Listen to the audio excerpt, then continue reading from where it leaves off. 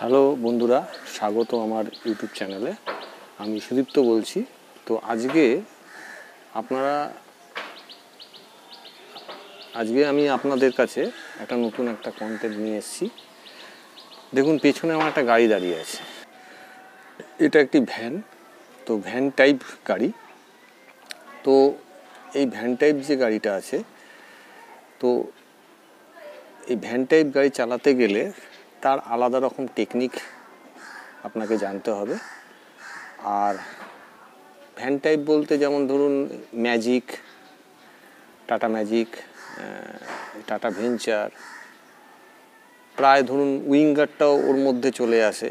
কারণ এটার technique, উইঙ্গারের technique, এর চালানোর টেকনিক, বা কোনো বাস চালাতে গেলে সেম টেকনিক অ্যাপ্লাই করতে হয়। অ্যাকচুয়াল এই গাড়ি যে আমাদের টার্নগুলো নিতে হয় বা ওভারটেক করতে হয়, সেগুলো সাধারণত আমরা গাড়ির লেন্থ অনুযায়ী নিয়ে থাকি। এটা খেয়াল করুন। দেখুন, এই যে ভ্যান টাইপের গাড়িটা আছে, এটার ড্রাইভার সিটটা হচ্ছে আপনার সামনে চাকার ওপরে, ঠিক সামনে চাকার ওপরে ড্রাইভার সিটটা, এই হচ্ছে ড্রাইভার সিট। হ্যাঁ, তো যেমন এই গাড়িটা আমি আপনাদের দেখালাম, আবার সেম টাইপ যেমন সামনে আছে টাটা ন্যানো। টাটা ন্যানোটা দেখুন, এটা একটা ছোট গাড়ি, হ্যাচব্যাক।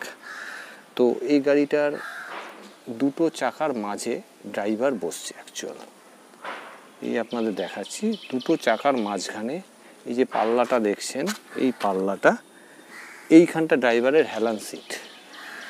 তো এইটা চালাতে গেলে এটার সঙ্গে এটা সমকালীন আপনি এই গাড়ি চালাতে গেলে যে টেকনিক আপনাকে অ্যাপ্লাই করতে হবে, সেই সেম টেকনিক আপনি অ্যাপ্লাই করে যে কোনো হ্যাচব্যাক, যে কোনো সেডান, সেমি সেডান বা সুমো টাইপ, মানে জিপ টাইপ গাড়ি, সুমো, স্করপিও, বোলেরো, টিউভি, এইগুলো প্রায় একই টেকনিক আপনি অ্যাপ্লাই করতে পারবেন।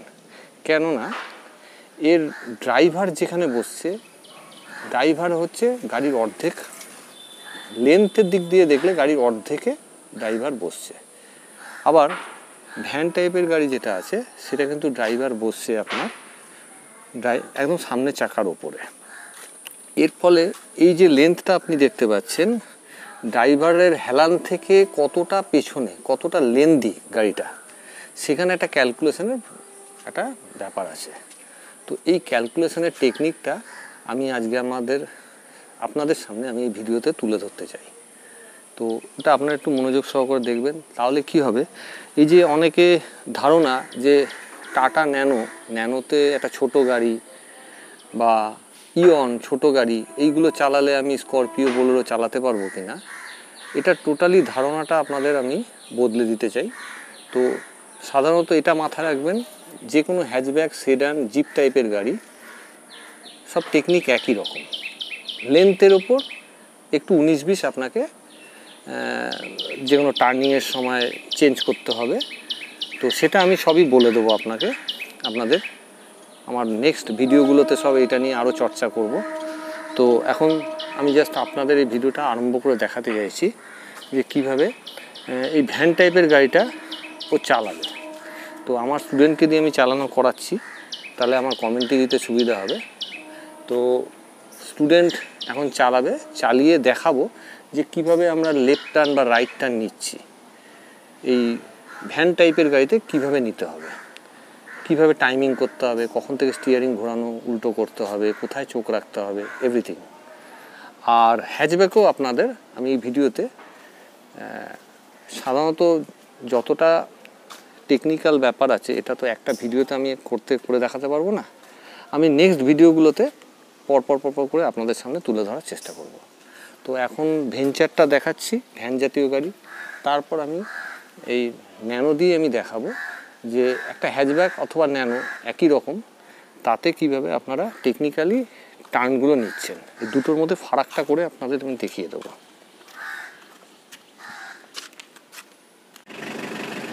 বন্ধুরা, এখন দেখুন আপনারা, আমি এই টাটা ভেঞ্চার মানে ভ্যান জাতীয় গাড়িতে আমি উঠেছি।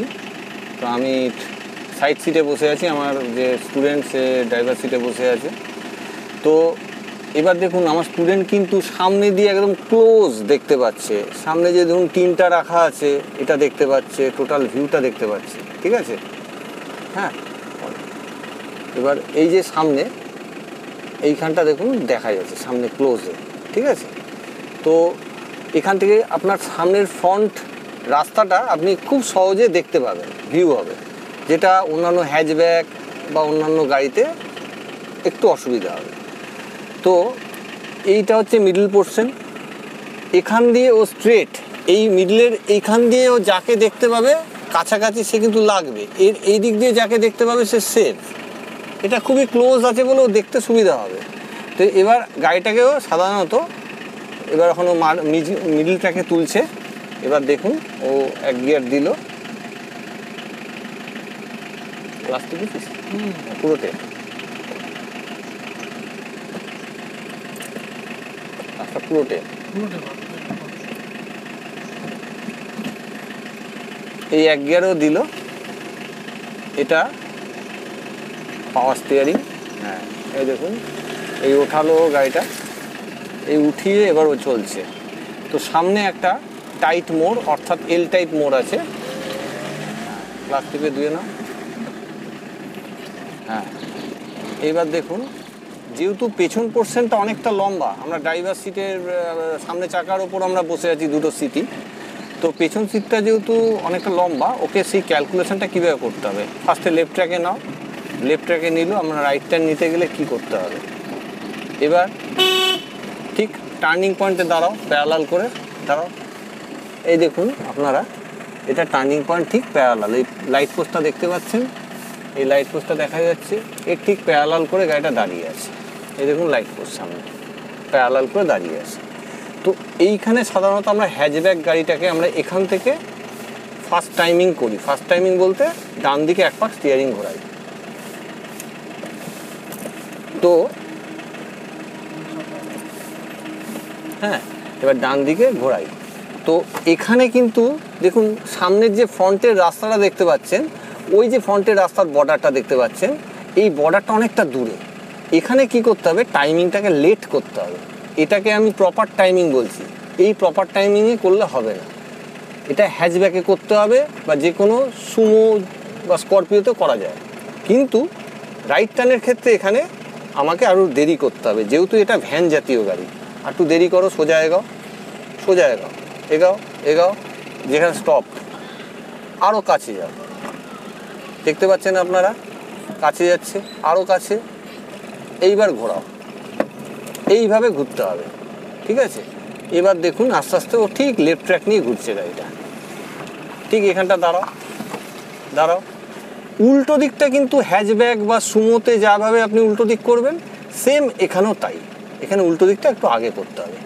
তো টাইমিংটা উল্টো দিকে দেখুন, হাত এখন এই বেঁকে আছে, সামনে এ দেখুন চাকা বেঁকে আছে, এই চাকা বেঁকে আছে ডান দিকে। এইবার আপনি এবার ও উল্টো দিক করছে, উল্টো দিক করে দেখাও, করো উল্টো দিক করো। তাহলে কি হলো, উল্টো দিকটা হয়ে গেল, মানে একটু আগে। যেরকম আমরা হ্যাচব্যাক বা সুমোতে বা স্করপিওতে রাইট টার্নে উল্টো দিকটা একটু আগে করব 60-70% গাড়ি ঘোরার পর, ঠিক এখানেও তাই। না একটু এগাও, আবার নেক্সট দেখুন আরেকটা রাইট টার্ন আপনাদের দেখিয়ে দিচ্ছি, আরও সুবিধা হবে। আবার সেম দেখুন এই টার্নিং পয়েন্টের আমরা প্যারালাল হতে দেবো, এই ড্রাইভারের প্যারালাল হতে দেবো, এই প্যারালাল হলো। এইবার সোজা বাইকটার দিকে তাকাবে, আটটু যেতে হবে ওকে, গিয়ে এবার ঘোরাতে হবে, মানে সোজা তাকিয়ে আন, এই বাদিকে থাক, এই গাড়িটা ঘুরছে, এই ঘুরলে এবার এখান থেকে উল্টো দিকে, ঠিক আছে। এবার পিক আপ,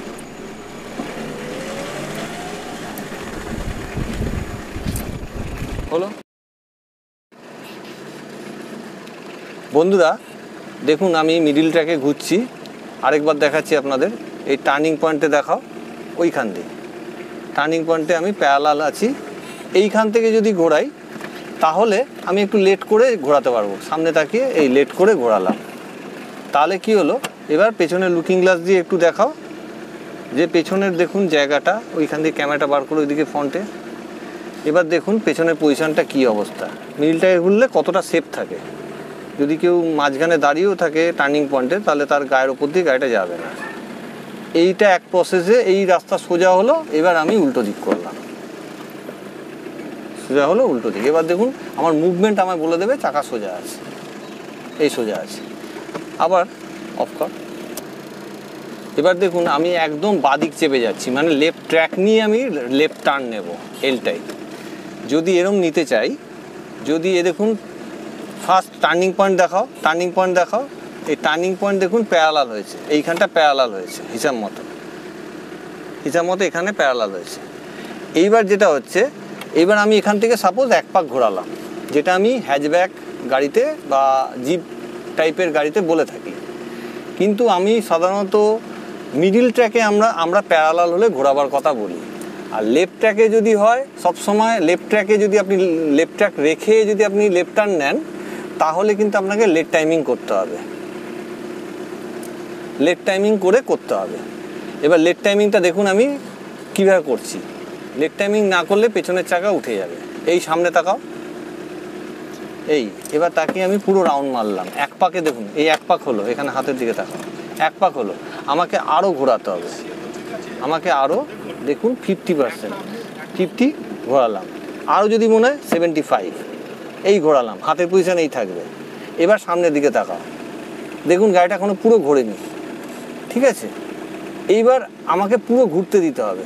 এই পুরো ঘুরলাম, রাস্তা সোজা হলো। এবার আমার হাতের দিকে তাকাও, এইবার আমার 75 কভার করলো।